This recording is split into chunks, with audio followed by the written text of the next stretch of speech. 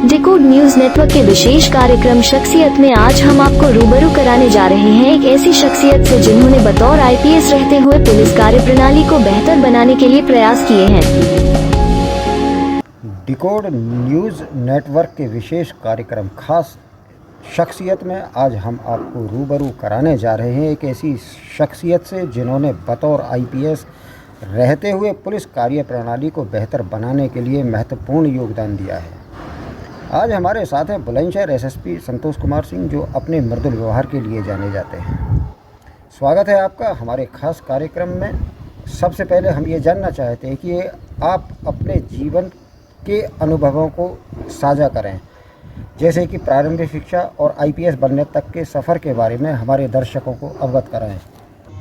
देखिए, मैं बिल्कुल गांव से जुड़ा हुआ व्यक्ति हूं और मेरी प्राथमिक शिक्षा जौनपुर जनपद के एक गांव में हुई और प्राथमिक शिक्षा के बाद मैं जौनपुर शहर चला गया, जहां एक प्रतिष्ठित विद्यालय टीडी कॉलेज से मैंने हाई स्कूल इंटर किया और गोरखपुर यूनिवर्सिटी से मैंने बीए की और एमए इलाहाबाद विश्वविद्यालय से किया। फिर मैं बीएचयू रिसर्च में चला गया था और वहां से वर्ष 1991 में मेरा चयन 3 सेवाओं में एक साथ हुआ, जिसमें मध्य प्रदेश में डिप्टी कलेक्टर हुआ, यूपी में डिप्टी एसपी हुआ और civil services central civil services में आईएएस एलाइड में कस्टम में हुआ। तो मैंने वो दोनों नौकरियां नहीं चूज़ की। 1 साल मध्य प्रदेश में नौकरी करने के बाद मुझे अपने रुचि और स्वभाव के अनुरूप न लगने के कारण डिप्टी कलेक्टर की नौकरी मैंने छोड़ दी और उत्तर प्रदेश में पुलिस उपाधीक्षक के रूप में मैंने ज्वाइन किया।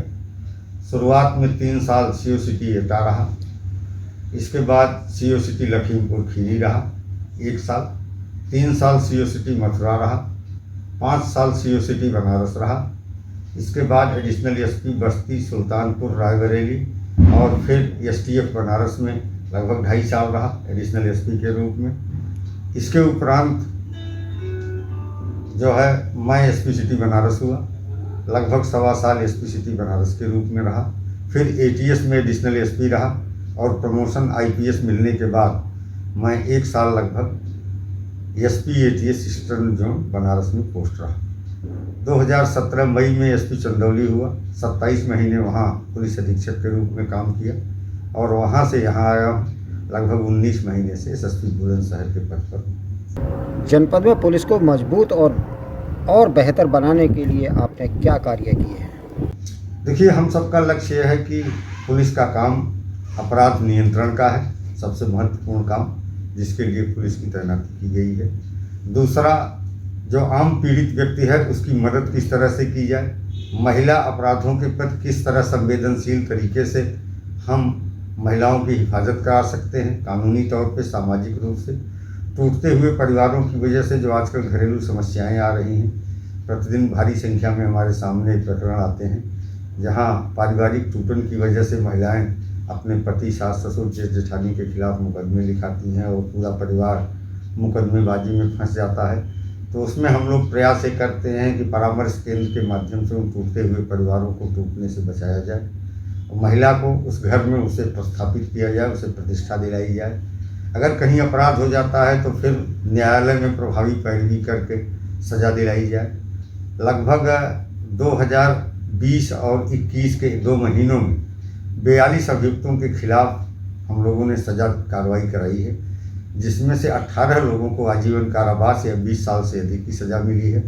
2 महत्वपूर्ण महिला अपराधों में, एक प्रकरण में हम लोगों ने डिगाई का प्रकरण था, 80 दिन में आजीवन कारावास की सज़ा दिलाई और अभी 52 दिन में 2 अभियुक्तों के खिलाफ एक बच्ची के साथ रेप के मामले में 30-30 साल की सज़ा दिलाई गई है। हम लोगों ने प्रभावी पैरवी की, प्रयास किया।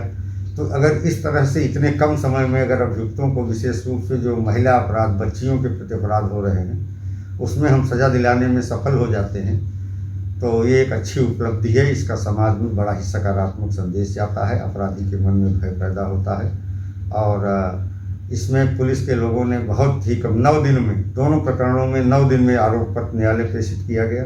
लगातार गवाही कराई गई, प्रत्येक दिन थाना प्रभारी गवाही के अवसर पर मौजूद रहते थे ताकि गवाह की उपस्थिति न्यायालय में सुनिश्चित कराया जाए, गवाह को कोई तोड़ न सके, धमकी न दे सके, इसकी भी हम लोगों ने पूरी व्यवस्था कर रखी है। यह तो आपको भी मानना होगा कि व्यवस्था में अभी भी कुछ खामियां हैं। थाना स्तर पर सुनवाई न होने के कारण पीड़ितों को आपके दफ्तर और न्यायालय का दरवाज़ा खटखटाना पड़ता है। इसके बारे में क्या कहना चाहेंगे? देखिए, सही है कि संवेदनशीलता हम लोगों का प्रयास यही है कि पुलिस को अब एक सेवा के रूप में प्रस्तुत की जाए। पहले पुलिस बल के रूप में था, इसीलिए पुलिस फोर्स कहा जाता था, और अब पुलिस का रूप तेजी के साथ बदल रहा है। हम पुलिस सर्विसेज की ओर लगातार बढ़ रहे हैं। तो ये प्रयास निरंतर है कि थानों पे लोगों का सम्मान हो, लोग थाने जाने में न डरें और अपनी बात बिना हिचक कहें। लेकिन कहीं कुछ कमियां रह जाती हैं, और लेकिन हम लोग हर स्तर पे प्रयास कर रहे हैं कि आम आदमी के साथ जनता का संवाद मित्र पुलिस जैसा हो और व्यक्ति अपने को थाने जाने में असहज महसूस न करे। तो ये थे बुलंदशहर एसएसपी संतोष कुमार सिंह जी। आपने हमारे चैनल के लिए समय दिया, इसके लिए बहुत बहुत धन्यवाद। Thank you.